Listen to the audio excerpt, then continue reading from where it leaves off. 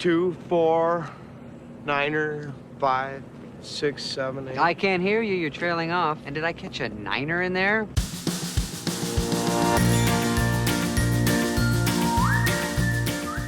Hi there, and welcome to Baseball by Design. I am SportsLogos.net minor league baseball correspondent Paul Caputo, broadcasting live, as always, from the Sunday Helmet Hall of Fame in my basement in Fort Collins, Colorado. And I am Dan Simon, broadcasting live as usual from the Studio Simon Stumper headquarters in Louisville, Kentucky. You say as usual because you noted recently that we've done live interviews from spots where we were not on our computers in our respective offices.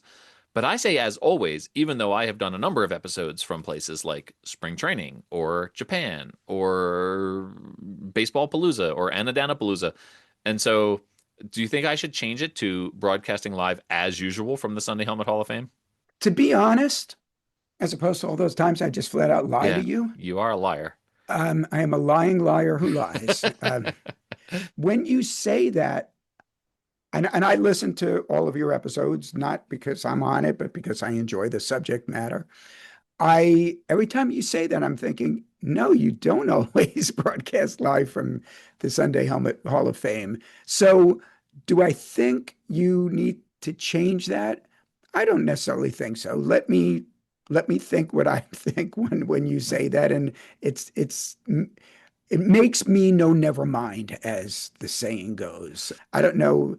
It doesn't bother me, but it does occur to me that you're not always live. But that's your thing. That's how you start every episode. So why change it? Also, as we've noted, we're not actually broadcasting; we're recording. It's my intro is full of lies as well. So maybe I'm the lying liar with the lies I tell. That is a reference, by the way, as you and I both know, but for the listening audience, if you're not familiar, it's a reference to an Al Franken book from, 90s, early 2000s. Very funny politics-based book. Dan, we're going to be talking about today a number-based brand, the Boulder 64s. It is so difficult for me to not say the Boulder Collegians, and in fact, I will screw that up in the interviews to come, as you will hear. I say Boulder Collegians when I mean Boulder 64s. They were the Boulder Collegians for many years. Now they're the Boulder 64s. They just changed that name. They're called the 64s because that's the year in which the franchise was founded. So, interesting brand. There's a lot of minor league baseball brands and other sports identities that are based on numbers. Have you ever done one?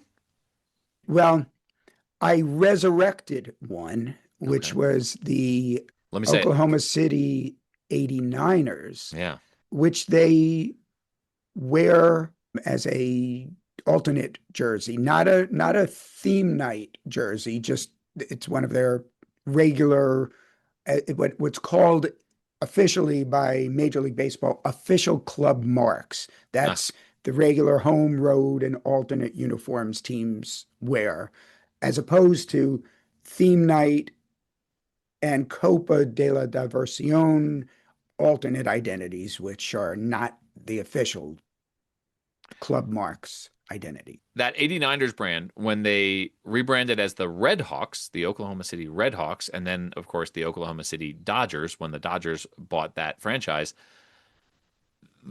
everyone was clamoring for them to go back to the 89ers. Like that was the one. Even when they were the Dodgers, no one was clamoring for them to go back to the Red Hawks. Everyone was still clamoring for them to go way back to the 89ers. So that brand is definitely in the cultural vernacular there. And so it's not a surprise that they brought it back and they wear it regularly. And yeah, as you mentioned, you were involved with obviously the current brand for that team, the Oklahoma City Comets, which, by the way, a hat that you designed is on display at the National Ballpark Museum in Denver, Colorado, in the Mickey Mantle exhibit. They have a Mickey Mantle mannequin, and they've got his uniform there, and they have an Oklahoma City Comets baseball cap in there in that display. And so I remember when I was there recently with Eric the Peanut Guy, I took a picture and sent it to you because I thought you would think that was cool. It was cool. I thought, it's always cool seeing my stuff in the wild, let alone at a museum in the wild. But I also thought the Mickey Mantle mannequin was cool and hinted at you that Yeah. for my birthday, I sure like one. Yeah. Yeah. You recently had a birthday. I had a half birthday. That's right. You said your birthday was 6 months away. Yeah. I, for real, have a birthday coming up. And at the time of this episode dropping, we may be like right on it. This episode might drop the day before my birthday, Dan. So for my birthday, what I want is the Stumpy the Stumper logo that's in development right now. Hey, you know what? I had forgotten about that. I even have a sketch. I have a sketch of it. Ooh. I'm not going to promise that it's going to happen, but it might. It might. Um, Uh, we'll sell tens of dollars worth of merchandise it's with going it. to be amazing. It's going to be so good. Well, Dan, this episode we're going to be talking with Preston Munch and Rochelle Reynolds, who are the owner and general manager of the Boulder 64s. You've heard them before on the Fort Collins Foxes episode. And then we're going to be talking to Matt West, who is the designer who created the branding for the Boulder 64s. And his son actually plays on one of the teams in this Rocky Mountain Baseball League. So I caught up with him live at a ball game here in Fort Collins. And so that'll be a fun interview. And then, of course, you will be back with a Studio Simon Stumper. I will. So I'll see you in a little bit. Everybody enjoy the interviews to come, and I'll be back. Let's get to the interviews.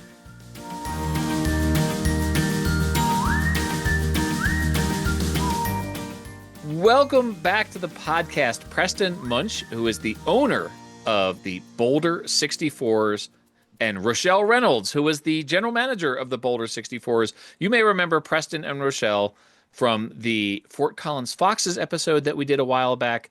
Preston and Rochelle are running a couple of new teams now in the Front Range League, and the Boulder 64s are one of them, a team that was formerly called the Boulder Collegians all the way back to 1964. That may inform us as to how come this team is now called the Boulder 64s. Preston, Rochelle, welcome back. Thank you. Great Thanks having. for having us. Yeah, thank you. I get the pleasure of running into you all a few times a week at Fort Collins's City Park, which I have known to be the home of the Fort Collins Foxes for all of these years. We now have the Northern Colorado Prospectors who are playing there. And down in Boulder, we have the subject of this episode, the Boulder 64s. First of all, before we get into how come they're called the 64s and what this team is all about, why is it that you all chose to expand your interests in the Front Range League, collegiate level baseball? That's a great question, Paul.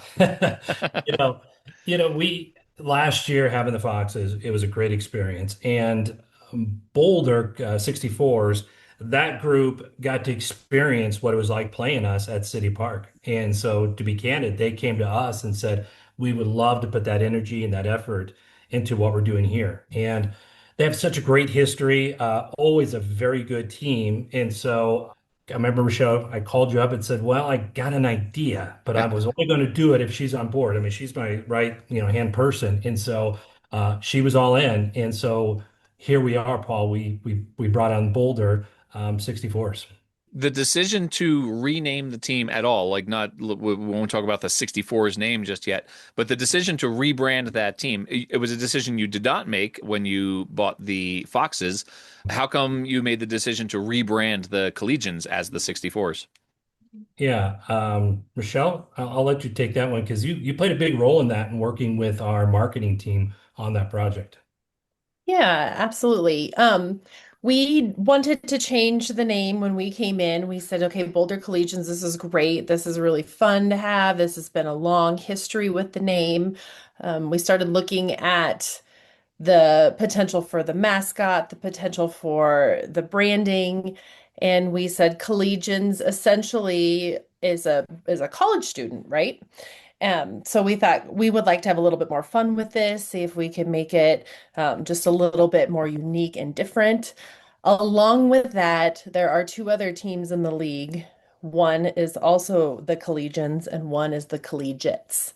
And we decided that between three of us essentially having the same name, that's confusing, could add some complication to the season. And with the new purchase, that is a great time to do a rebrand. So the choice to call them the 64s, the team was founded in 1964. It's been around for, do some math here, 61 years as the 64s. What was the significance of naming the team after the year in which they were founded? Well, I think, when we talked, you don't take rebrands lightly, right? And with a team like Boulder that has the history, it was a very serious conversation, not only just between Rochelle and I, but the group we brought in. And so we said if we're going to rebrand, which I agreed with, it needs to reflect the history of Boulder. And so we kind of took, some other professional teams have taken the same route. And so when that 64s came up, there was other ideas, but 64s really jumped out. So that made sense to go with that name. But what we did, Paul, is we wanted to keep that color scheme the same. So if you look at Boulder and if you look at a hat from 10 years ago, we're still using that same color scheme. And so we really kind of refreshed it with the name, but honored the history of the team as well. It makes me think of other sports teams that are named for numbers. I'm sure this was part of the conversation. In the world of minor league baseball, you have the Las Vegas 51s. They were named for Area 51 in Nevada, with where we keep our aliens. You've got the Inland Empire 66ers.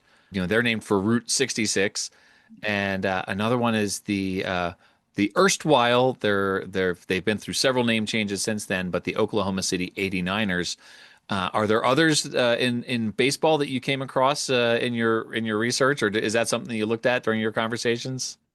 A little bit, and some of those popped up. And then, of course, you have the 76ers, which is obviously very popular in basketball, and that's an honor of obviously the independence. But, we didn't dive deep into that. We really wanted to kind of stay within our own group and our own focus and not kind of get distracted because that can happen easily with brands.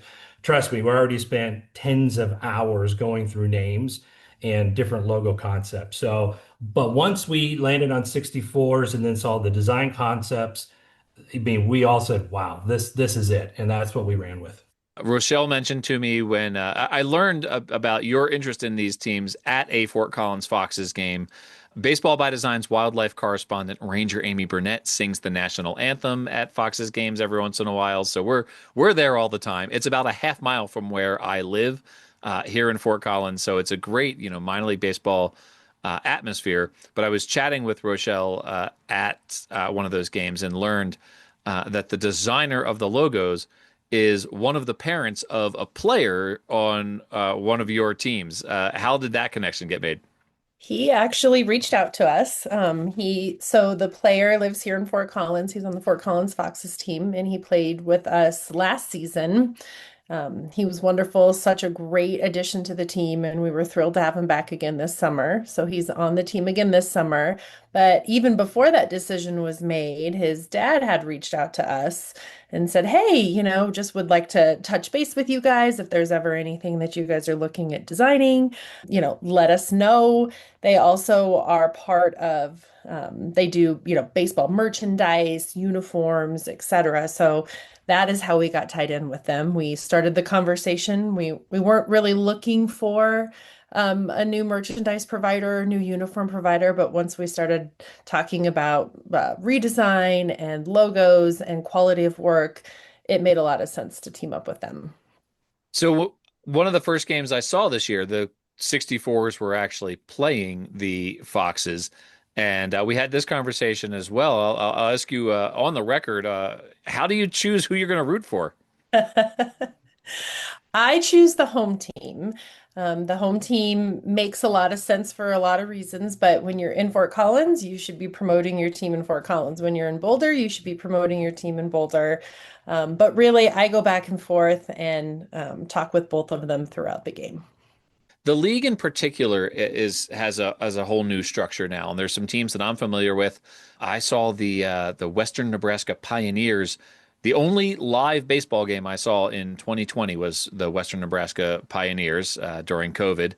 They were still playing. We drove up there and sat way the heck far away from anybody and watched that game. But this league that you're in now is different from the league that the Foxes have been in the past, and certainly that the Collegians were in before they rebranded as the 64s. Your involvement with that league as a developing and sort of up and coming collegiate summer level league, how much has that affected your decision to be involved with this league sort of at large? Yeah, so you're right. We played a new league, Front Range League, and that came actually with a conversation with the owner of Western Nebraska Pioneers, Chuck.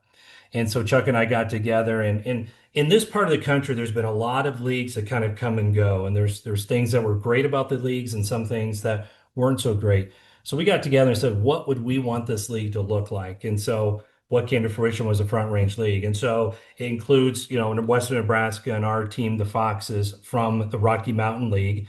Then we brought in Boulder and also Greeley Grays, who are celebrating their 100th year this year of baseball, brought them in for the Mile High League, and then we brought in some new teams as well. Pueblo was also part of the Mile High League, and then we brought in a couple of new teams as well. So that brought us to the target number of 8 teams. And what's great about the footprint, you go up north of Gering, it's 2 hours from here, and then you can go down south to Pueblo, it's 3 hours. And so we can go to about every location and get back that night outside of, a weekend series. We'll stay the night. Last year we had some pretty wide travel footprint. But that's really what drove it. And including, last year we didn't have an all-star game. We didn't have a home run derby. We didn't have playoffs. Front Range League, we have all of those this year. The experience at the ball game really is so much fun. City Park it's a municipal park, and you've got the bleachers there, and you guys have a great sound system set up. We had a foster puppy at a Foxes game recently, and so we went and sat beyond the chain link fence out in the outfield, and the puppy could just sort of run around and do its thing. So there's a real community feeling about it. And now with the Prospectors, who we'll talk about on a future episode, it feels like Fort Collins is kind of central to that. And your involvement with the league, I think, has helped sort of centralize it around Fort Collins. Is that just my own sort of hometown bias there, or do you think that Fort Collins is becoming sort of a hub for this league? I think you're spot on. I actually had a call this morning with a few other teams out there, summer college baseball teams this morning. And that was the same vibe they got, is saying, hey, NOCO is starting to become kind of the hub. Because you think about it, you got Foxes, you got Boulder, you got Prospectors, you got Greeley, right? You got kind of the essential teams. And from here, we can get north or south really easily. So it's funny you said that, because we just had that same conversation this morning. And so it is kind of being a little hub for not only this league, but kind of summer college baseball. You mentioned, Preston, and I liked this, that the colors for the Boulder 64s right now came from that existing Collegians brand. The Collegians brand is notable to me because it was designed by Thomas Harding, who is a reporter. He's a Major League Baseball reporter for the Rockies, and so and he has this sort of interest in design. And he and I talked about that Collegians brand actually at one point. So it's sort of funny to see it's back in the news now, and to have been rebranded, and you brought those colors forward. Is there anything else from that previous brand that was important to bring into the 64s brand? Yep. So we do a City Connect jersey with all of our teams. And what we decided to do with the Boulder City Connect jersey is we kept that font that Boulder Collegians had, and we brought that font into our City Connect jersey as well. So you'll see when the 64s are wearing that jersey, there's even more of the Boulder Collegians look and feel. That was important for us to keep part of the City Connect feel.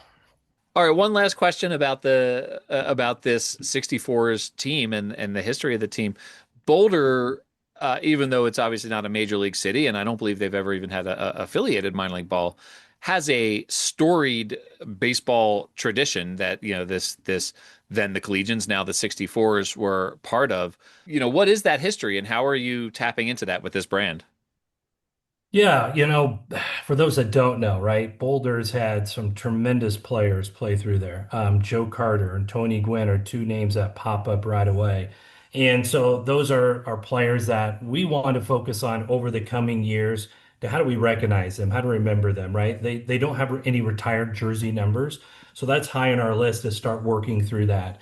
But we need to bring the fans back too, right, Paul? That's a big thing right now for us, is to bring back the fans. And that's kind of been lost a little out there in Boulder. And so we're hoping to rebrand some new energy, that we can start building that. And then we can start getting through some of the historical points, like retiring jersey numbers. We could bring that back. But I didn't do that this year because I want to do that in front of a crowd, right? Not in front of a sprinkling of people in the audience. If we're going to honor people like Joe Carter and Tony Gwynn, I want to have a good presence there. Well, Preston and Rochelle, this is a lot of fun. It's so much fun for me to see this league growing. I'm a huge baseball fan, as you can obviously tell, and the lack of minor league baseball in Colorado has always sort of bugged me. So to see this league growing and to see Fort Collins to be such a strong part of it, thanks to your efforts, has been a ton of fun for me. So thank you for all that you're doing for baseball in Fort Collins, and thanks for joining me on the podcast. Where can people find the Boulder 64s online, on social media, et cetera? Yes, so you can find Boulder 64s at boulder64s.com. That's our website. When you get on the website, we've got all the social media links as well. And we are quite active on our social media platforms. Okay. Well, thank you both. Thank you.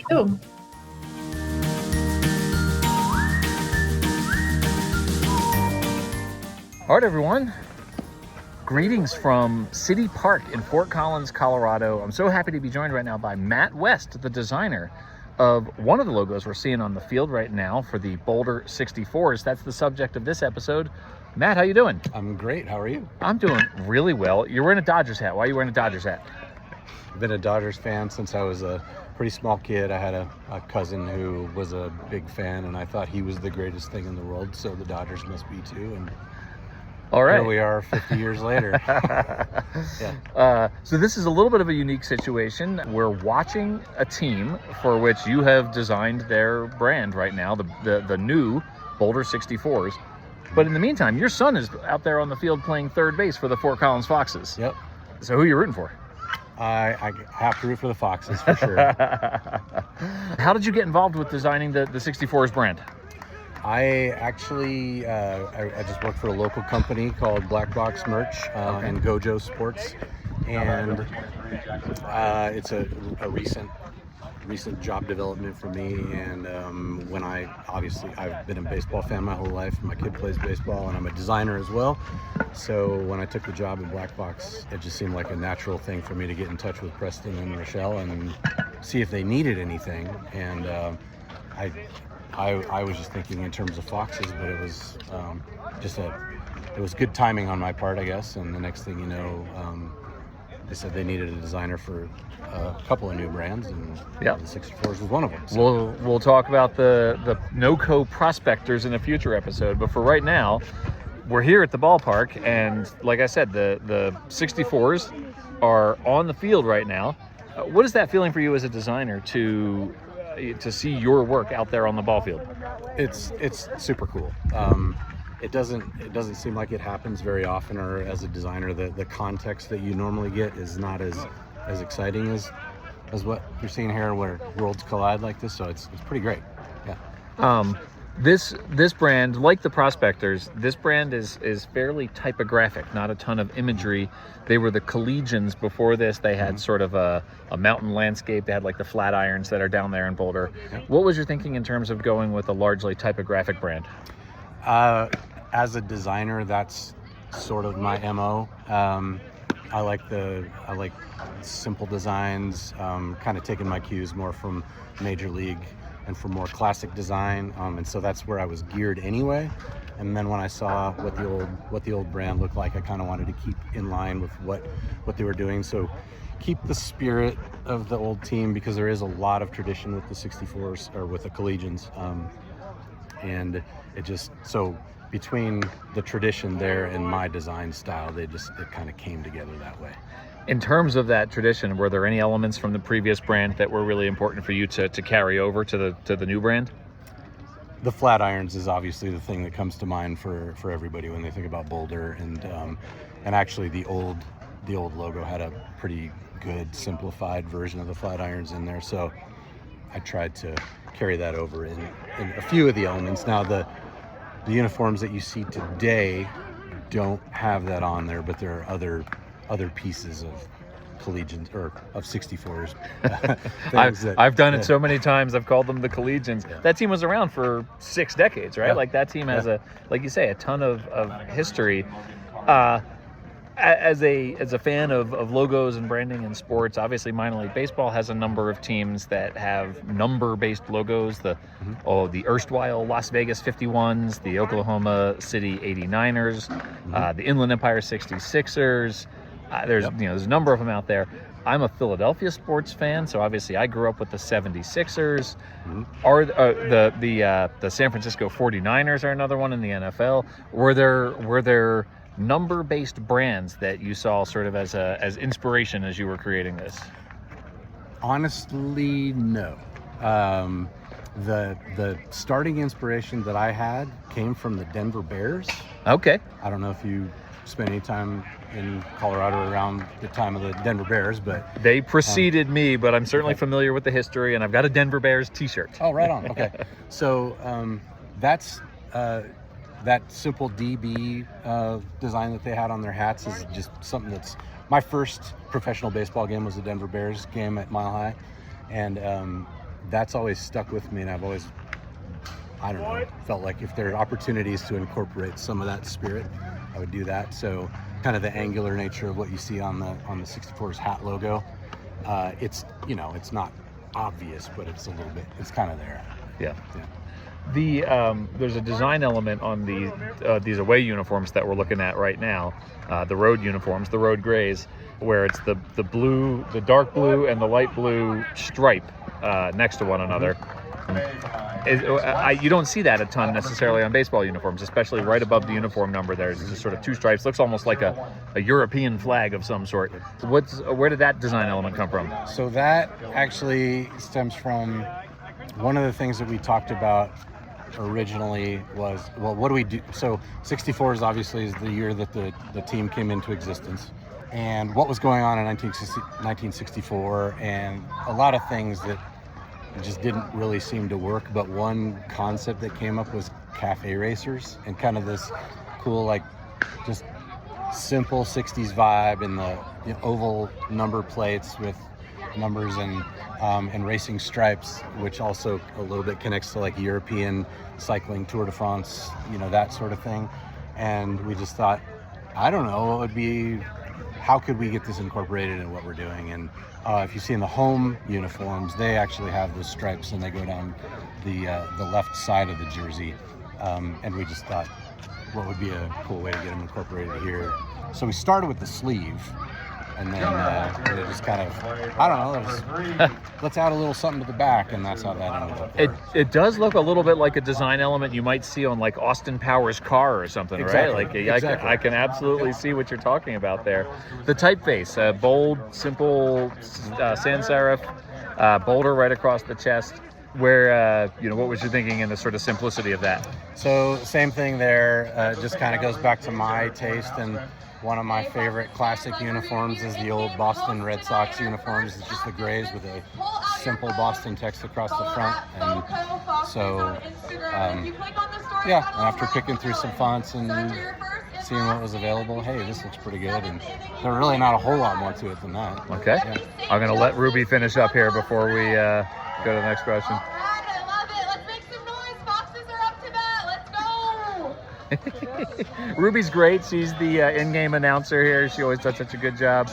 I will say, sorry, one thing that we did play around with this, so it had a very strong cafe racer feel to it, and one of the things that I was trying to do originally was to keep this classic look, but also have maybe a design element that was playful, like the Foxes thing that they have with a cartoon-esque feel. Right. And so one concept that is still kind of in the can is a cartoon cafe racer head with goggles and a motorcycle helmet and the stripes across the helmet. So that's a thing that, once this brand is maybe a little more established in the Boulder area, and next year we want to do some kids shirts, or maybe there's a mascot, that actual cafe racer guy with the helmet and the goggles might see the light of day. He might surface as a character. Yeah. All right. I, like you, I am fascinated with just the typography of these logos. That's certainly, if I were going to be designing logos where, my focus would probably be, I don't do the illustrations, I don't do the characters that much. It's not my not in my wheelhouse. But I really enjoy how the 6 and the 4 certainly interact with one another, but they're not interlocking, right? Like you're wearing the Dodgers cap. That's not an interlocking 6-4 like in the classic baseball style, but they're right up against one another, and it's more the color contrast that separates them. Yep. How much time did you spend playing with that? A lot of time. The key thing there was finding a typeface that I could work with that was close to what I had in my mind, but then it's just taking all the individual lines and manipulating them, getting the angles to play properly, and then as the 4 sits behind the 6, where the point on the 4 would intersect, where that hole is, and there's just a lot going on there. And then I played with different concepts of, is there a baseball in the middle of the 6? Is there not? And you'll actually see different versions of the 6-4 with different versions of their uniforms that play that out. But the answer is, it looks like a pretty simple thing. You smash a 6 and a 4 together. No, it's never simple. It was hours and hours of playing around with those angles. Absolutely. So I appreciate that you appreciate that. I certainly do. And listeners of this podcast do as well. All right, last question for you here for the 64s. Not related to the 64s or even this whole setting right here. Yeah. I showed up here wearing a Hanshin Tigers baseball cap. What is your shirt? So this is actually a famous historical Chinese baseball player whose name I could not tell you. And the text, if you Google it, you'll find lots of different explanations for what it says. So there is no truth as far as I know. But the reason I'm wearing this shirt is because Jeff Lebowski, or the dude, wears this shirt in the movie The Big Lebowski. And you'll see Jeff Bridges actually wearing it around in other contexts. That is so wild. I've seen that movie a number of times, and I didn't recognize the shirt. So I'm embarrassed. I'm embarrassed not to have recognized that shirt, but it's a very cool shirt. Matt, this has been a ton of fun. So much fun to hang out with you at the ball game and talk about design here. Really appreciate it, and enjoy the rest of the ball game. Yeah, you too. Thank you so much.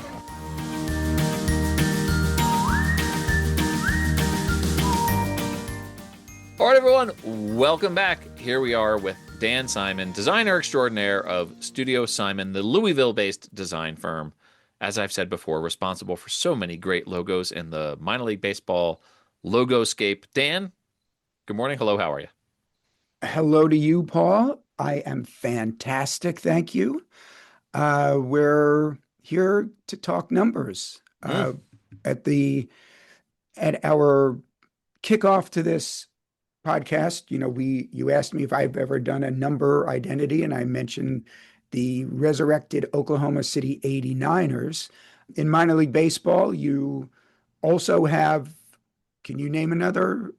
Oh, you've got the 66ers of Correct. Inland Empire. And there's one fairly recent that is no longer used, but it's definitely one you're familiar with. The Las Vegas 51s. The 51s, of course. Yeah. We chatted about the 51s in this episode a little bit. And of course, you have the Philadelphia 76ers, the San Francisco 49ers. And there was a Carolina League team. This is past tense. There was a Carolina League team in Danville, Virginia, now home to the Autobots and Dairy Daddies, that played one season in 1998 with a number name. So our Studio Simon Stumper today asks, what was the name of that team? Was it A, the 88s, B, the 97s, or C, the zeros? Dan, I can say from actual knowledge that it is the 97s, and they've got a little train-based logo, and that brand is named for a horrible train accident that killed a bunch of people in, I believe, 1897. And they have this little cute, like, clip art train logo that I have never been able to find outside of like a little tiny, like 100 pixel wide thumbnail. I've never been able to find that, like a decent version of that logo. But 97's final answer. And you are correct. Now you had been on a bit of a losing streak there. I was pressing, Dan. I was pressing. I was swinging at pitches outside the zone. This was not one that I purposely made easy for you, although I was hoping you would know it. But when you think about it, as I mentioned as I was asking the question, they only played one season, and it was in 1998, which to me isn't that long ago, but it's before fifth grade Will was even born. Um, and, think about that. That's 27 years ago. Yeah. So that's a lifetime for some of our listeners, Yep. Yep. So you're correct about where the name comes from. It pays tribute to the wreck of the old 97, an infamous rail disaster in 1903. So it wasn't 1897. The train was number 97. When a mail train traveling at an excessive speed in an attempt to stay on schedule derailed on a trestle and careened off the side of a bridge, killing 11 on board and injuring 7 others. And just like the wreck of the Edmund Fitzgerald, the song by, I'm now having a moment, Gordon Lightfoot. Here we go. Gordon Lightfoot. The wreck inspired a popular ballad entitled The Wreck of the Old 97, which was released in 1924 and subsequently covered by numerous artists, including Johnny Cash and Woody Guthrie and John Mellencamp, which coincidentally is where I am sending my cantaloupe this summer. No kidding. So here's some background on the 97. So see if you can follow this. In 1998, the Durham Bulls were bumped up from the single A Carolina League to the Triple A International League. Do you remember that happening? I do, and that's when they became that was to correspond with the introduction of the Tampa Bay Devil Rays. Okay, so the 97s replaced the Bulls in the Carolina League as they awaited the completion of their new home in Myrtle Beach, where they would, of course, become the Pelicans. So for that one season, they shared the Danville Braves ballpark, American Legion Field, which is located in Dan Daniel Memorial Park, just north of the Dan River. That's a lot of Dans. And so many Dans. And I like it. That's a Dan good story right there. Yeah. So there you go. I should have known that Chris Creamer would have tracked this down. There is a slightly higher resolution version of this Danville 97's logo on Chris Creamer's sportslogos.net website. So I'm glad to see that now exists and that Chris has tracked that down. So yeah, this has always been sort of an interesting one to me. A team, even just for 1 year, that was named for a train wreck that killed a bunch of people is kind of a wild thing. Are there any other teams named for terrible disasters? Well, yes, and that you set me up for something I just wanted to ask you anyway, and it's a perfect segue now. There was a team I did, an independent Can-Am League team in Worcester, Massachusetts, now home for the Woo Sox. But back then, the team they decided to name it the Worcester Tornadoes after a tornado that decimated the city and killed, I guess, a number of people. I don't really know the death toll there because off the top of my head, I don't recall. But I remember asking the GM of the team who came to me to do that identity. I said, do you really want to do an identity based on, basically a natural disaster that ruined buildings and killed people? And he said, yeah, it speaks to the perseverance of the people in our community. And I have an opinion of using disasters as team names. What is your opinion of it? It makes me nervous, right? Like, I mean, I live in a state where we have the Colorado Avalanche, and I think about it and I even have a funny story here about this, where my buddy Jeremy and I, on the very first, like the Baseball Palooza prequel, it was just the two of us, and I was writing for my blog, Bloggers to be Named Later, which was precursor to when I started writing for sportslogos.net. I would get press credentials and I would interview players. And so we decided to do something with Kyle Farmer of the Rancho Cucamonga Quakes, where we were going to pretend like there was an earthquake. And, and he played along. It was actually kind of funny. He played along with us. And the next day, there was literally an earthquake in Southern California. And, there was See what you did? Serious. Yeah, Jeremy and I willed that into existence.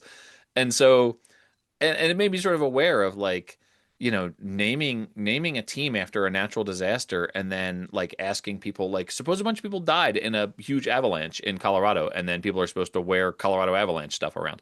So it does make me a little nervous. It's not a choice that I would make if I were naming a team. Yeah. And speaking of earthquakes, as it has been well established here, I lived in Los Angeles for over 17 years, and I used to get a kick out of earthquakes. I thought they were fun. I liked experiencing them until the one in, I guess it was 1994, the Northridge earthquake, where it happened in the early morning hours when we were fast asleep and it was pitch black dark. And my building was shaking so much. I literally, and I mean literally, I thought I was going to die. I thought, this is it. I threw myself on top of my then girlfriend and now wife to protect her, but I thought the walls were collapsing in on us. Fortunately, they didn't, but they did for a lot of people, and a lot of people did die. Yeah. And earthquakes ceased to be fun for me. Yeah. Then. Well, the Danville 97s to me feels a little bit like if you were to name a team like the Manchester Township Hindenburgs, right? Like, I mean, it's like, how is it different from that? Yeah. So. Yeah. So I don't think it makes it's an interesting story. Yeah. You mentioned you like the old logo they did, but no, I don't think we want to celebrate tragedy. Yeah. Yeah. Or even potential tragedy, like your story. That's a very scary story about an earthquake, and then California has, they've got the San Jose quakes. They've got the Rancho Cucamonga quakes. So anyhow, it's an interesting conversation, Dan, and appreciate you bringing it to this podcast, as I appreciate you bringing all of your stumpers and your wisdom and your design experience and expertise. So much fun every week to get to chat with you. And we'll chat again next week. Well, hopefully your listeners enjoy these chats of ours. And if not, let me know and I'll do something about it. And hopefully everyone enjoys and is uplifted by our discussion of natural disasters and huge aviation and other travel disasters. Yep. Always enjoyable to discuss things like that. So hopefully we'll have an equally enjoyable discussion next week, and I'll see you then. See you, Dan.